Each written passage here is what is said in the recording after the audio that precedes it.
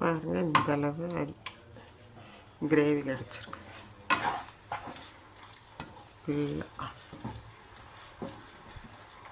இது இப்போ சுண்ட போகுது. தக்காளியில் நல்லா ஜாமாட்டம் வெந்துருச்சு. இப்போ வந்து soya sauce, sweet sauce, chilli sauce 3 add பண்ணிட்டோம்.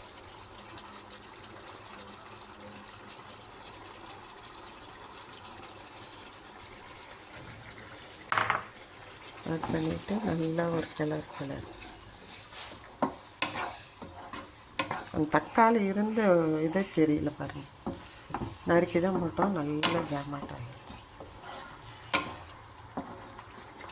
இறாலும் நேற்றை விட கொஞ்சம் குவான்டிட்டி ஜாஸ்தியாக இருக்குது.